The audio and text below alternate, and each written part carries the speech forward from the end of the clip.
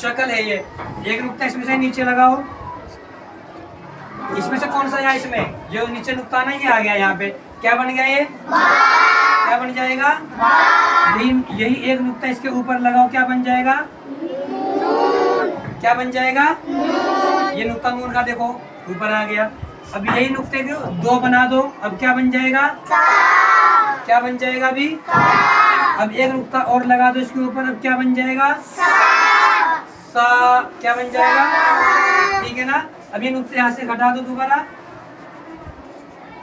एक नुक्ता ऊपर लगाओ और इसका मुंह बंद कर दो, अब क्या बन जाएगा, क्या बन जाएगा ये, एक नुक्ता और लगा दो यहाँ पे, क्या बन जाएगा, काफ। तो एक शक्ल से इतने हरूफ बनते हैं। शक्ल कितनी थी, हरूफ कितने बन गए, 8-9 हरूफ बन गए इससे, ठीक है ना। सिर्फ नुक्तों का फर्क है। तो